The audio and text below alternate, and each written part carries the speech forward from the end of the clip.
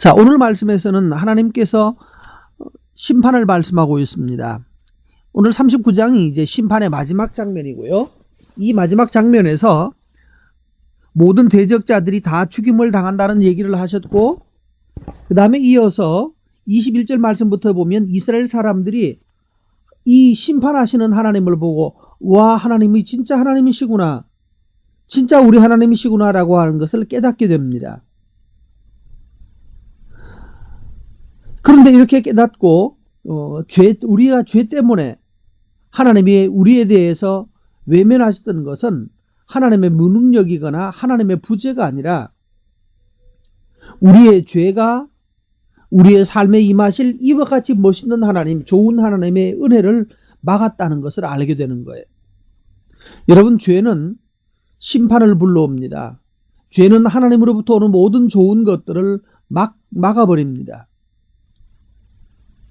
오늘 이 말씀을 듣는 중에 마음속에 죄가 깨달아지는 분이 계시면 내가 이것을 단호하게 끊을 것이다 라고 결단하시고 선택하셔야 합니다.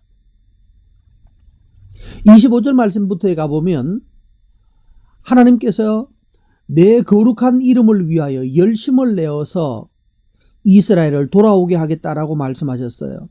하나님의 열심입니다. 이 하나님의 열심은 마치 엄마가 아기를 위해서 일하는 열심과 같습니다. 거의 무조건적인 것이죠. 하나님의 이름을 위하여, 만약에 우리의 죄를 따라서 행하신다면 하나님은 정말 폼나지 않을 것입니다. 인간에게 은혜를 베풀어야 될 이유가 하나도 없어지기 때문이죠. 그러나 하나님은 자기 이름의 거룩한 이름 때문에, 하나님의 거룩하신 이름 때문에라도 하나님 스스로 열심을 내어서 우리를 구원하시고 우리를 다시 돌아오게 하고 사랑을 베푼다라고 말씀하셨습니다. 아기 엄마가 온전히 사랑을 베푸실 때, 여기에서 기억하실 것은 이렇습니다. 젖먹이 아이 때, 이 아기 때는 이유 없이 그냥 사랑하는 겁니다. 예를 들어 아이가 비틀비틀 걸어가다가 벽에다 꽝 부딪혔어요. 또는 가구에다가 꽝 부딪혀거나 그랬어요. 그러면 뭐라 그럽니까? 야, 너가 조심해야 되는데 왜 여기서 부딪혔니?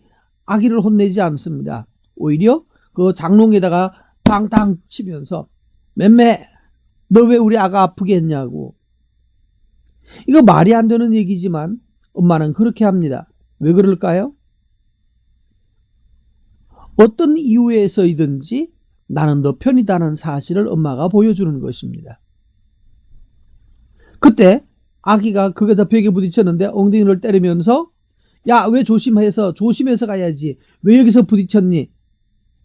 네가 조심하지 않으니까 부딪히잖아 라고 말하면서 엉덩이를 때리면 아기는 그 엄마를 사랑하지 않습니다. 나중에 자라면 인격 장애자가 될 거예요. 바로 아기 때는 무조건 엄마가 자기를 사랑하고 무조건적으로 자기를 지지하는 것을 배워야 합니다. 아, 엄마는 내 편이야. 이런 사랑을 받지 못한 사람들이 하나님에 대해서도 역시 마찬가지로 부정적인 이미지를 가집니다.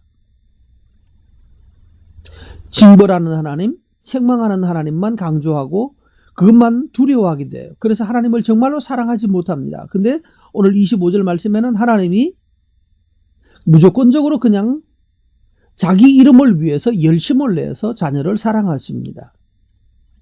근데 하나님은 거기에 영원히 머물지 않고, 예를 들어서 사람으로 비교한다면 유치원쯤 갈 때 되면 이제 관계를 배웁니다.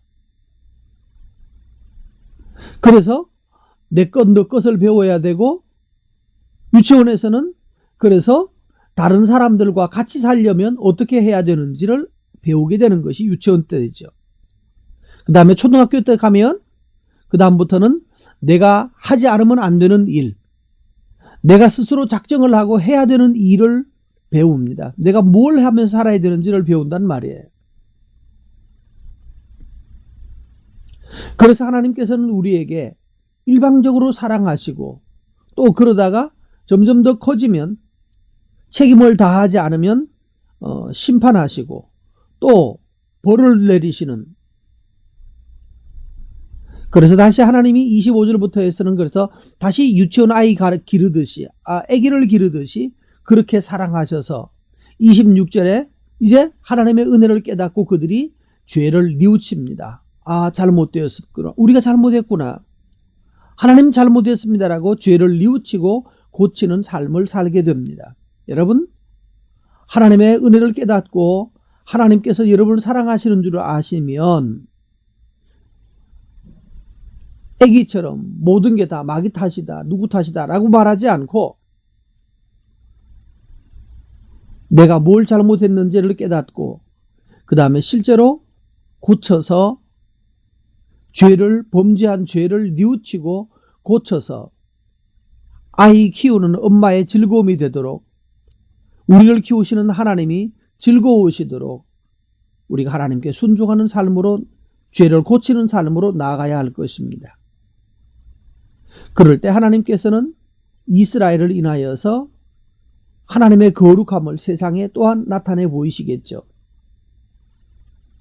그래서 하나님의 모든 사람들을 되돌아오게 해서 29절 말씀에는 내가 다시는 너희들에게 내 얼굴을 가리지 않겠다. 다시 말하면 외면하지 않겠다. 왜냐하면 너희 안에는 내 영, 성령이 들어있다는 거예요.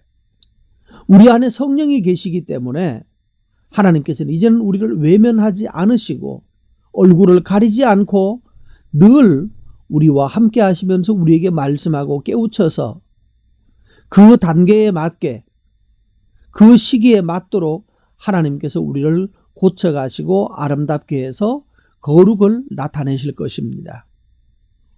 아기 때는 일방적인 사랑으로 또 유치원 때는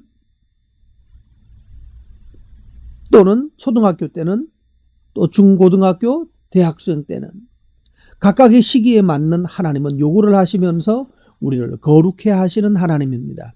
여러분의 수준을 맞는 거룩, 여러분의 수준에 맞는 뉘우침, 수준에 맞는 헌신이 오늘도 있게 되기를 바랍니다.